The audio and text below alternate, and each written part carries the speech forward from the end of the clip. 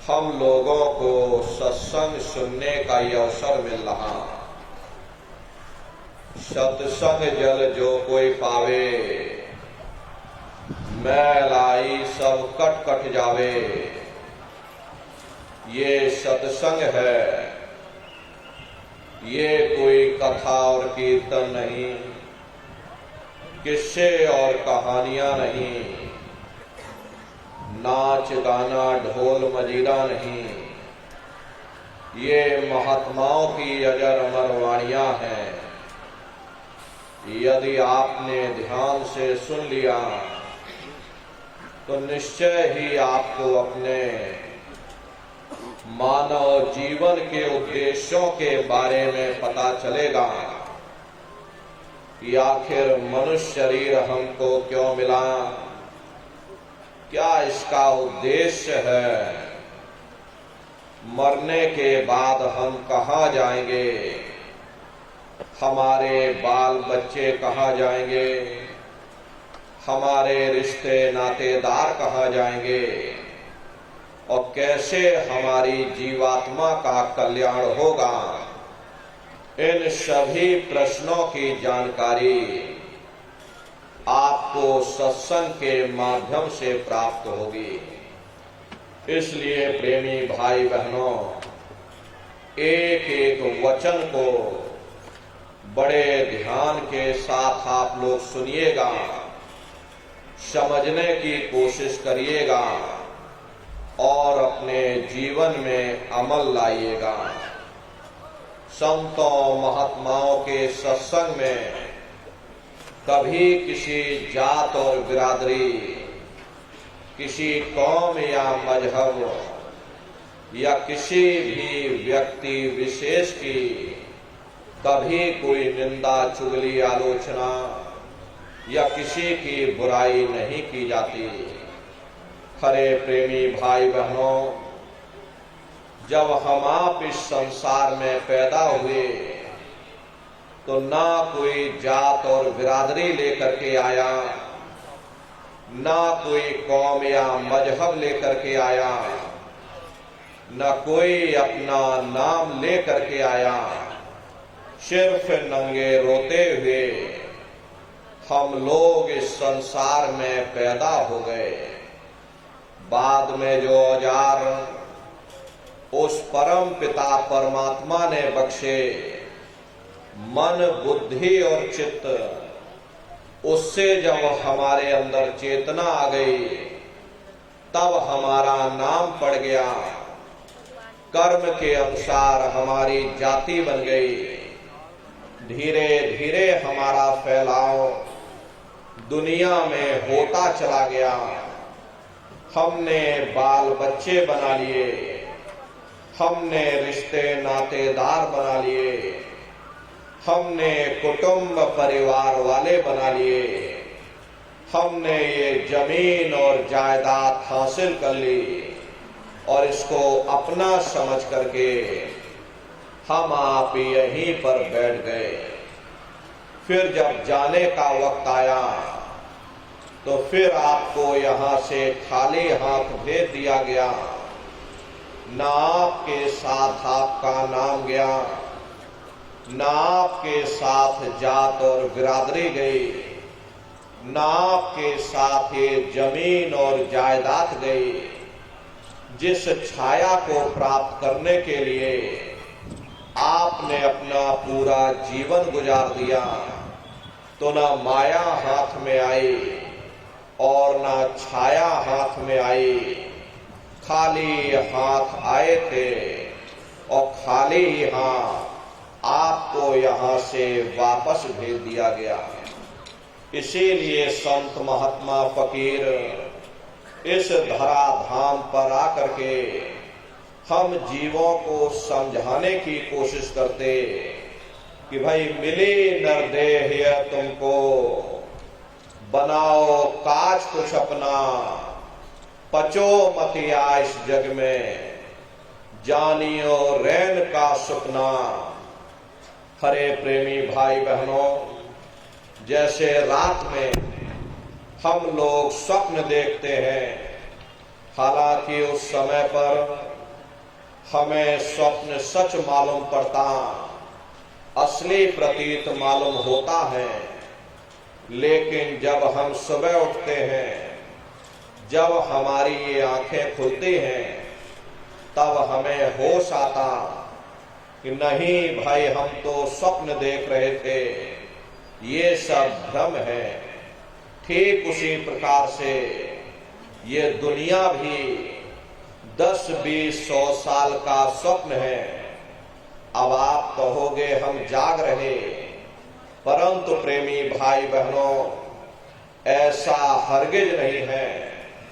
जिस दिन मौत का वक्त आएगा, अरे आप रोगे, हाय हाय करके चिल्लाओगे कि हाय, हमने सारी जिंदगी यूं ही स्वप्न में गुजार दी, जागने का समय अभी आया था, जो कुछ करना था भी करना था। लेकिन प्रेमी भाई बहनों, अब पछताए होत क्या, जब चिड़िया चुग गई खेत। महात्मा प्रेम से जीवों को समझाते हैं कि भाई, देह और गृह सब झूठा, धर्म में काहे को खपना। ये घर बार हमारा अपना नहीं, हरे पराया देश है। ये सराय खाना है, ये मुसाफिर खाना है। ये शरीर भी तुम्हारा अपना नहीं, ये भी काल का पिंजरा है, किराए का मकान है, पराया मकान है। किसी को 40-50 साल के लिए मिला, किसी को 80, 90, 100 साल के लिए मिल गया। जितने जितने श्वास उस मालिक ने बख्शे हैं, उसे भुगतने के बाद में हमें शरीर को यहीं छोड़ जाना। श्वास दुधारा नित ही जारी, एक दिन खाली चाम।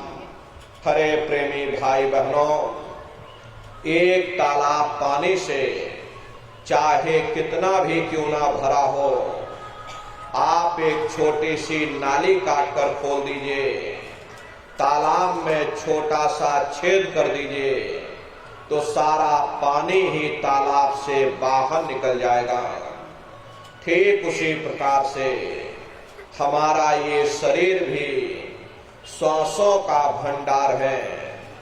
जब तक श्वासों का भंडार जारी है, हम दुनिया के कामकाज में फंसे हुए, दुनिया के कारोबार में उलझे हुए। लेकिन जिस वक्त ये श्वासों का भंडार खाली होगा, हरे टेलीफोन खड़क जाएंगे, तार पहुंच जाएंगे, संदेश पहुंच जाएंगे, सब रिश्ते नातेदार, सब कुटुंब परिवार वाले, सब अड़ोस पड़ोस वाले मिनटों सेकंडों में इकट्ठा हो जाएंगे। हरे प्रेमी भाई बहनों, जिस शरीर से तुम इतना प्रेम किया करते थे, उसे कोई एक रात भी घर में रखने को तैयार नहीं होता। कंधों पर लटका करके शमशान भूमि पर छोड़ करके आ जाते। हिंदू लोग तिनका तोड़ाते कि जैसे तिनका टूट गया, तेरा मेरा रिश्ता नाता टूट गया। मुसलमान, सिख या ईसाई लोग खाक की मिट्टी कब्र में डाल देते कि जो मेरे लिए खाक की मिट्टी है, वह मेरे लिए तू है। हरे प्रेमी भाई बहनों, मामूली कष्ट नहीं होता। मौत के समय में घन घोर पीड़ा होती है। सहजो बाई ने उस पीड़ा को बयान किया कि सहजो मौते आईया, अंगे अंग दिया तोड़, और हिया जरे छाती फटे, उठे पीर घन घोर। गुरु महाराज सत्संग में फरमाते थे कि जैसे 1,00,000 बिच्छू एक साथ मिल करके हमारी जिस्म पर डंक मारे, उससे भी लाखों करोड़ों गुना ज्यादा मौत के समय में दर्द होता। जब मृत्यु आती है तो किस तरह से प्राण निकलते, प्राणों के निकलने की क्या प्रक्रिया होती है, जरा उसे भी आप लोग समझ लीजिए। देखो प्रेमी भाई बहनों, जैसे संसार में महाप्रलय आती तो महाप्रलय के समय क्या होता, सबसे पहले पूरी पृथ्वी ढह जाती। ये पृथ्वी पानी में घुल करके और पानी बन जाती है। मानव सृष्टि की प्रलय एक बड़ी कयामत है और शरीर की प्रलय एक छोटी कयामत है। तो जैसे ही मौत आती है सबसे पहले गुदा चक्र टूटता है। सिमटत भास श्वास उठ जावे और प्राण पति जम सिमट समावे। उस समय हमारी श्वासें रुक जाती, शरीर की चेतना पीछे सिमटने लगती। तो सबसे पहले गुदा चक्र ही टूटता, क्योंकि गुदा चक्र में पृथ्वी का वास होता। गुदा चक्र टूट करके ऊपर इंद्रिय चक्र में समा जाता। इंद्रिय चक्र में जल का वास होता, यानी जल ने पृथ्वी को घोल दिया। फिर जब इंद्रिय चक्र टूटेगा तो ऊपर नाभि चक्र में समा जाएगा। नाभि चक्र में अग्नि का वास होता, यानी अग्नि ने फिर जल को सुखा दिया। ये नीचे से सिमटाव होता है, नीचे से ऊपर की ओर सिमटाव होता। फिर जब ये नाभि चक्र टूटेगा तो हृदय चक्र में समा जाएगा। हृदय चक्र में वायु का वास होता, यानी वायु ने अग्नि को अपने में समाहित कर लिया और इस तरह से वायु आकाश में उड़ गई। ये आंखों की पुतलियां पलट जाती हैं, मुंह खुला का खुला रह जाता।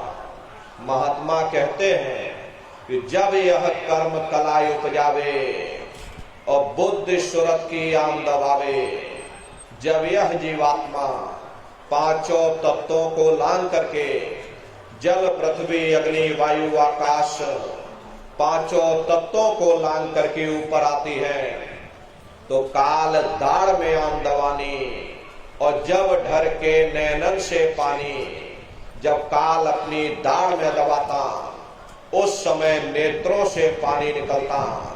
इंद्रियां टूट टूट करके चकनाचूर हो जाती। सब रिश्ते नातेदार खड़े रह जाएंगे। डॉक्टर वैद्य हकीम सब आपको घेरे रह जाएंगे, लेकिन आप अपनी पीड़ा को उस समय अपने मुख से बयान नहीं कर पाओगे। सिर्फ आपके नेत्रों से अश्रु टपकेंगे। हरे यमदूत आते हैं, प्राणों की डोरी को तोड़ देते और जीवात्मा को खींच करके इस शरीर से बाहर कर दिया जाता।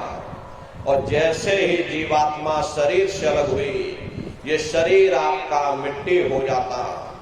फिर इस मिट्टी को एक रात अपने घर में कोई रखने को तैयार नहीं होता। हर आपके कितने भी सगे संबंधी क्यों ना हो, खास नाथ रिश्तेदार क्यों ना हो, लेकिन एक रात कोई घर में मट्टी रखने के लिए तैयार नहीं होते। कहते भाई जल्दी करो जल्दी करो, अब इनकी शक्ल देखने में हमको डर लग रहा, जल्दी से बाजार से कफन खरीद के लाओ, जल्दी से लकड़ियां खरीद के लाओ, जल्दी से चिता तैयार करो, इनको घर में से जल्दी से उठा ले जाओ, वही शमशान भूमि पर जला देना। ये जो घर में इनके कपड़े लत्ते पड़े हुए, हर इनके कपड़े लत्ते भी उठा ले जाओ, वही शमशान भूमि पर जला देना। जिस बिस्तर पर ये लेटे रहे, ये बिस्तर भी अशुद्ध हो गया। अब इनकी छुई हुई चीज हमको घर में एक नहीं चाहिए, इसलिए इनका बिस्तर भी उठा ले जाओ, वही शमशान भूमि पर जला देना। लेकिन उसने कोई सोने की अंगूठी पहनी होगी, उसे धीरे से उतार करके जेब में रख लोगे, बस वही एक अशुद्ध नहीं होगा और बाकी सब अशुद्ध हो जाएगा। अरे महात्मा कहते हैं कि भाई कुटुंब परिवार मतलब काम, बिना धन पास नहीं जाए। ये रिश्ते नातेदार, ये कुटुंब परिवार वाले, ये सब स्वार्थ के संगी साथी। हरे प्रेमी भाई बहनों, आज तुम्हारी जेब में पैसा है तो सब जैसे तैसे तुमसे रिश्तेदारियां कायम कर लेंगे। आज जेब खाली हो जाए तो कोई किसी को याद करने वाला नहीं। 13 दिन बाद 13वीं मना दोगे, लड्डू पूड़ी पकवान बना करके खिला दोगे, फिर जाने वाले को कोई याद नहीं करता। अभी बूढ़े बुजुर्गों से पूछा जाए कि क्या तुमको तुम्हारे माँ बाप की याद आती है, तो कहेंगे भाई नहीं आती। अरे क्यों नहीं आती? तुम्हारे माँ बाप थे, तुमको पाला पोसा बड़ा किया, खुद भूखे रहे होंगे, तुम्हारा पेट पाला होगा, तुमको तुम्हारे माँ बाप की याद क्यों नहीं आती? क्योंकि तुम्हारे सामने तुम्हारे लड़के बच्चे हो गए, तुम्हारे नाती पोता पंते और संते हो गए, इसलिए तुम अपने माँ बाप की यादों को भूल गए और नई यादों में बस गए। ऐसे ही प्रेमी भाई बहनों, एक दिन सब तुमको भी भूल जाएंगे, कोई किसी को याद करने वाला नहीं। ये कहानी तो शमशान भूमि पर समाप्त हो गई। उधर देखो क्या होता, तुम्हारी जीवात्मा को ले जाकर के ऊपर धर्मराज की कचहरी में पेश कर दिया जाएगा। वहां पलक झपकते ही तुम्हारे अच्छे बुरे कर्मों का हिसाब किताब हो जाएगा। धर्मराज तुमको सजा सुना देंगे, ले जाओ इनको फलाने नरक में डाल दो, क्योंकि मैंने इनको मौका दिया था। जब ये माँ के गर्भ में उल्टे लटके हुए थे, उस समय इन्होंने मुझसे प्रार्थना की थी कि हे मालिक, मुझे एक बार मौका दे दो, मुझे एक बार मनुष्य शरीर दे दो, हम भजन करेंगे, भक्ति करेंगे, हम अपनी जीवात्मा का कल्याण करेंगे। तो मैंने इनकी प्रार्थना स्वीकार कर ली और इनको मैंने मनुष्य शरीर दे दिया और कह करके भेजा था कि भाई ये मनुष्य शरीर, ये किराए का मकान है, ये तुम्हारा अपना नहीं है। अगर ये तुम्हारा अपना होता तो हमेशा तुम्हारे पास रहता। ये तुम्हारा अपना नहीं, ये मैंने तुमको कुछ समय के लिए किराए का मकान दिया है। हाँ, तुम अपनी जीवात्मा को मेरे किराए के मकान में बैठा करके और मालिक की भक्ति करके अपनी जीवात्मा का कल्याण करा लेना। मैंने कुछ समय के लिए तुम सबको ये किराए का मकान दिया। जब समय पूरा होगा मैं अपने सिपाहियों को भेजूंगा, उस समय पर तुम मेरे मकान को खाली कर देना।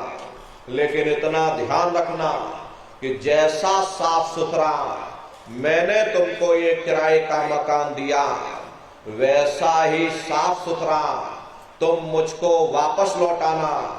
लेकिन इस किराए के मकान में बैठ करके इन्होंने अच्छे बुरे कर्म कर डाले। मेरे किराए के मकान को इन्होंने अपने कर्मों से गंदा कर दिया, इसलिए कर्मों की सजा इनको मिलेगी। ले जाओ इनको फलाने नरक में डाल दो। अरे महात्मा कभी झूठ नहीं बोलते। महात्माओं ने जब साधना किया और साधना करके जब ऊपर गए और ऊपर जा करके जब उन्होंने नरकों का हाल देखा, तो हमारी आपकी जानकारी के लिए उन्होंने धर्म ग्रंथों में लिख दिया कि लोह के खम्भ तपत के माही, और जहां जीव को ले चिपटाई वहां लोहे के खंबे अग्नि से धधक धधक कर लाल हो रहे। ऐसे खोटे जीवों को उन खंभों में चिपटाया जाता। जीव हाय हाय करके तड़फता है। तड़फ तड़फ जीव जुलम बुखारी, तपत खम्ब दुखी उपजे भारी, असहनी वेदना होती, असहनी दुख दर्द होता, जीव वहां रोता चिल्लाता रहता, वहां कोई तुम्हारी पुकार सुनने वाला नहीं, कोई तुम्हारी दर्द भरी आवाज को सुनने वाला नहीं। हरे नर नारियों, ये दुर्दशा क्यों हो गई?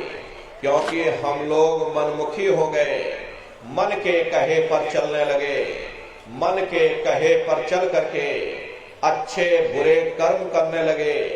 कर्मों का ये जखीरा अंबार के अंबार हमने अपने सिर पर लाद लिए, आज उन्हीं कर्मों का भोग पा रहे। हरे महात्मा कहते हैं कि भाई नर के अनेक और हैं, कहाँ लग कहो बखान, दुख भोगते यह जीव जो, जाने जो भोग समान। कहते भाई एक नरक नहीं, ऐसे वहां अनेकों अनेक नरक बने हुए, अलग अलग खोटे पाप कर्मों के वहां पर अलग अलग नरक बने हुए। ये जीव अपने अपने कर्म के अनुसार अनंतों अनंत युगों तक, वर्षों की बात नहीं कर रहे, अनंतों अनंत युगों तक जीव नरकों की यातनाएं भोगता रहता। और नरकों की यातनाएं भोगने के बाद में इसी जीवात्मा को सीधे मनुष्य शरीर नहीं दिया जाता, बल्कि इसे 4 खान 84 लाख योनियों में डाला जाता। जैसे बच्चा होता है, बच्चा पहले कक्षा 1 पास करेगा, फिर कक्षा 2 में जाएगा, ऐसे वहां पर पूरा चैनल बना हुआ। नरकों की यातनाएं भोगने के बाद में इन्हीं जीवात्माओं को 4 खान 84 लाख योनियों में डाला जाता। ये 4 खान 84 लाख योनियां ये कोई मामूली योनियां नहीं होती। 4 खान का मतलब होता है अंडज पिंडज उपमज स्थावर। ये 4 खाने हैं। पहली श्रेणी पेड़ पौधों की आती है, जिनके अंदर पानी का तत्व मौजूद होता। कभी ये भी मनुष्य हुआ करते थे, लेकिन आज अपने कर्मों का भोग पा रहे, एक जगह पर बेचारे खड़े हुए। दूसरी श्रेणी कीड़े मकोड़ों की आती है, जिनके अंदर पृथ्वी और अग्नि का तत्व मौजूद होता है। तीसरी श्रेणी पंछियों की आती, चौथी चौपाए जानवरों की आती, और 5वीं स्वयं इंसान की आती, जिसके अंदर 5 तत्व जल पृथ्वी अग्नि वायु आकाश 5 तत्व मौजूद होते। प्रेमी भाई बहनों, ये 4 खाने हैं, इनकी अलग अलग कुल 84 लाख योनियां होती हैं। अब आप पेड़ पौधों को देखिए तो आम का पेड़ अलग है, नीम का पेड़ अलग है, पीपल का पेड़ अलग है। ऐसे ही अलग अलग प्रजातियों के कीड़े मकोड़े, अलग अलग प्रजातियों के पशु पंछी, कुल मिलाकर के 84 लाख योनियां हैं। हम दुनिया के जीव नरकों की यातनाएं भोगने के बाद में इन्हीं 84 लाख योनियों में डाले जाते हैं। मामूली कष्ट नहीं होता। अरे हमको आपको गर्मी लग गई तो हम लोग छाया में आ गए, सर्दी लग गई कंबल रजाई ओढ़ लिया, भूख लग गई रोटी खा ली, बीमार हो गए अस्पतालों में चले गए, अपना अपना इलाज करवा लिया। लेकिन देखो इन जानवरों को, क्या गर्मी, क्या सर्दी, क्या बरसात, एक एक निवाले के लिए दर बदर ठोकरें खाते रहते। किसी का हाथ कट गया, किसी का पैर कट गया, किसी को जीते जी काट डाला, मुर्गी की गर्दन ही पकड़ करके मरोड़ डाली। प्रेमी भाई बहनों, क्या उनको दर्द नहीं होता?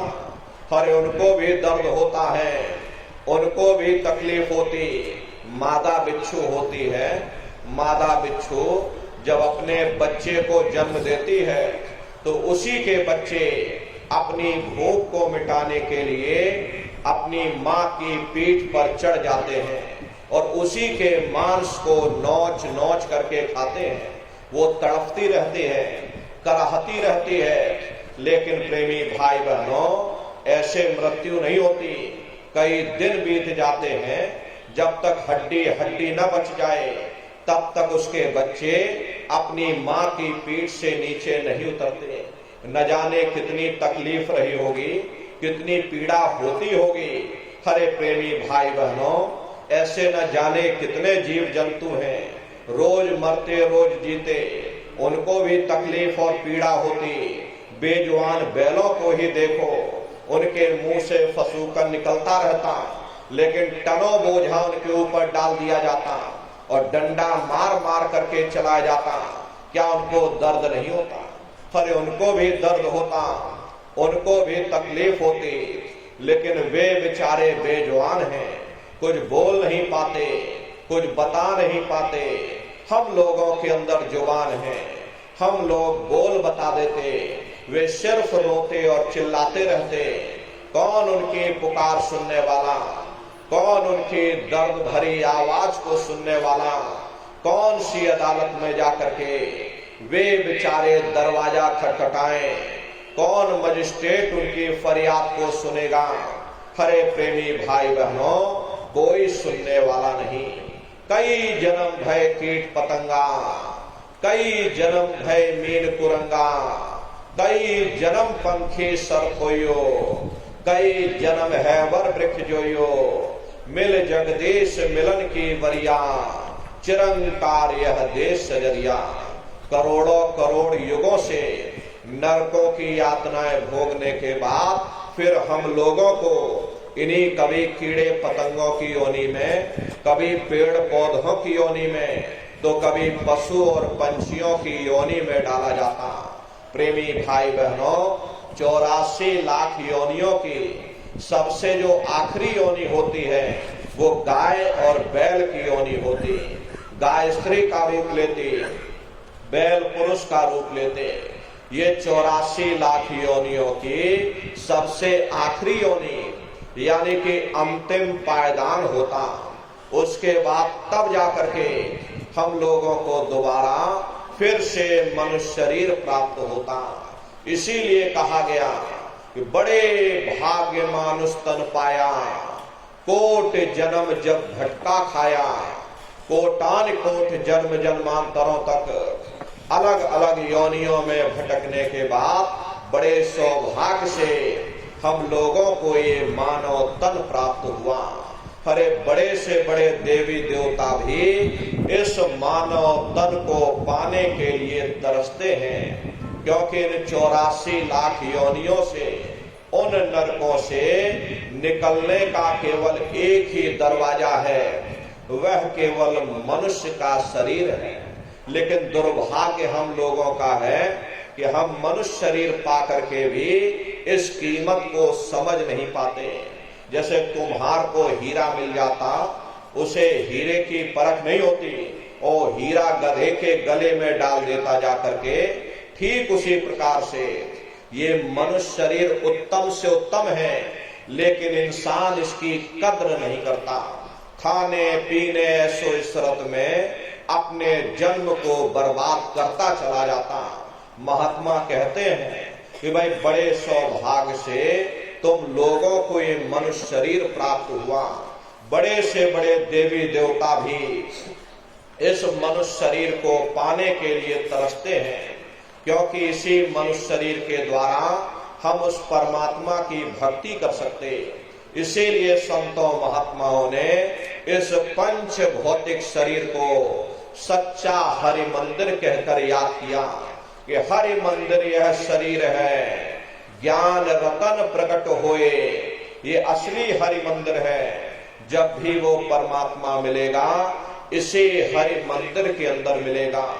इसी पंच भौतिक शरीर को ईसा मसीह साहब ने टेम्पल ऑफ लिविंग गॉड यानी जिंदा ईश्वर का मंदिर कहा। इसी पंच भौतिक शरीर को गुरु नानक साहब ने नर नारायणी देह कहकर याद किया। ये वो देह है जिसमें नारायण स्वयं विराजमान है।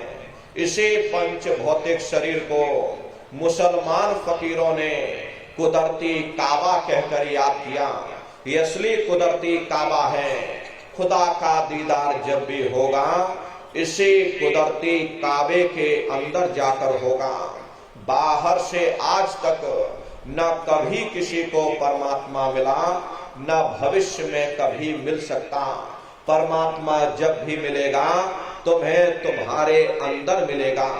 यही कबीर साहब ने लिखा है कि जो तिल माही तेल है, जो चकमक में आग, और तेरा साईं तुझ में, और जाग सके तो जाग। जिस तरह तिल में तेल होता है, पत्थर में अग्नि होती, ठीक उसी तरह से वो मालिक हरेक के घट घट में, हरेक के वजूद के अंदर बैठा हुआ। यही आपकी धर्म पुस्तकों में भी लिखा है कि अरे मोको का धूड़े रे बंदे, मैं तो तेरे पास में, और ना तीरथ में ना मूरत में, मैं तो हूं विश्वास में। ना मैं तीरथ में मिलूंगा, ना मैं मूरत में मिलूंगा, न अन्य किसी कर्म कांड में मिलूंगा, न मैं ग्रंथों में मिलूंगा, न मैं पोथियों में मिलूंगा, न किसी धर्म पुस्तक में मिलूंगा। मैं जब भी मिलूंगा तो मैं तुम्हारे अंदर मिलूंगा। हरे प्रेमी भाई बहनों, अगर सारी उम्र खाना बनाने की किताब आप पढ़ते रहोगे कि खाना ऐसे बनता है और खाना वैसे बनता है, तो कभी तुम्हारा पेट नहीं भर सकता। जब तक आप खाना बनाओगे नहीं, उसे खाओगे नहीं, कभी तुम्हारा पेट नहीं भर सकता। हम वेदों की निंदा नहीं करते, हम ग्रंथों की निंदा नहीं करते, हम गीता कुरान बाइबल की निंदा नहीं करते। वेद शास्त्र गीता कुरान बाइबल कहती है कि भाई मनुष्य के अंदर अंड खंड ब्रह्मांड है, स्वयं वह परमात्मा इसके अंदर बैठा हुआ। चलो अंदर चलो, अंदर चल करके उस मालिक का दर्शन दीदार करो। अब सवाल ये उठता है कि भाई हम अपने अंदर जा करके उस परमात्मा को कैसे प्राप्त करेंगे। इसके लिए संतों महात्माओं ने केवल 3 साधन बताए। साधन 3 सारे वर्णे, और साधन सब थोथे मान। इस कलयुग में उस मालिक को पाने के लिए संतों महात्माओं ने केवल 3 साधना बताई। पहला है सुमरन, दूसरा है ध्यान, और तीसरा है भजन। सुमरन कहते उस मालिक को याद करना, ध्यान कहते हैं दृष्टि को एकाग्र करना, और भजन कहते हैं कान में उंगली डाल करके उस शब्द को सुनना, उस नाम को सुनना, उस आवाज को सुनना जो मालिक के घर से आवाज आ रही। प्रेमी भाई बहनों, ये सुरत शब्द नाम योग की साधना है। संतों का जो इतिहास रहा, संतों के इतिहास में सबसे पहले कबीर साहब आए, जिन्होंने सुरत शब्द नाम योग की साधना जारी की। उसके बाद गुरु नानक साहब आए, गुरु नानक साहब ने भी सुरत शब्द नाम योग की साधना जारी की। उसके बाद और भी महात्मा आए, कबीर, नानक, दादू दरिया, भीखा, रविदास, पलटू, जगजीवन। चित्रकूट में आप चले जाइए, गोस्वामी जी महाराज जिन्होंने रामचरित्र मानस बनाए, उन्होंने भी सुरत शब्द नाम योग की साधना जारी की। राजस्थान की धरती पर मीराबाई हुई, सहजोबाई हुई, उन्होंने भी उस मालिक को पाया तो सुरत शब्द नाम योग की साधना करके पाया। प्रेमी भाई बहनों, ये सुरत शब्द नाम योग की साधना है। इस साधना की 3 क्रियाएं हैं। पहला सुमरन, दूसरा ध्यान, और तीसरा भजन। तो कैसे आप लोग सुमरन करोगे, कैसे ध्यान करोगे और कैसे भजन करोगे, जरा अच्छी तरह समझिएगा और फिर घर पर बैठ करके करिएगा। तो सबसे पहले सुमरन कैसे किया जाएगा। सुमरन करने के लिए एक माला आप लोग ले लेना। ये देखो प्रेमी भाई बहनों, 108 दाने की ये माला है। अपने अपने घरों में आकर के, घरों में बैठ करके बाहर से अपनी आंख को बंद कर लेना। दोनों आंखों के मध्य भाग में अपने ध्यान को एकाग्र करके और मन ही मन अंदर ही अंदर दाने दाने पर जय गुरुदेव नाम का उच्चारण करिएगा। हर दाने पर जय गुरुदेव नाम, हर दाने पर जय गुरुदेव नाम, जय गुरुदेव जय गुरुदेव जय गुरुदेव जय गुरुदेव कुल 108 बार करिएगा। दोबारा फिर यहीं वापस आ जाओगे। जब आप जय गुरुदेव नाम का उच्चारण करोगे तो दोनों आंखों के मध्य भाग में अपने ध्यान को एकाग्र करके मन ही मन अंदर ही अंदर दाने दाने पर जय गुरुदेव नाम का उच्चारण करिएगा। जिसको आप याद कर रहे हो, एक समय ऐसा आएगा जिसका आप नाम ले रहे हो वो अंतर में तुम्हारे सामने प्रकट हो जाएगा। उसके स्वरूप को देख लेना, फिर उसी के स्वरूप को याद करके जय गुरुदेव नाम का सुमरन सभी नए प्रेमी भाई बहन करिएगा। तीसरी बार फिर यहीं से जय गुरुदेव नाम का सुमरन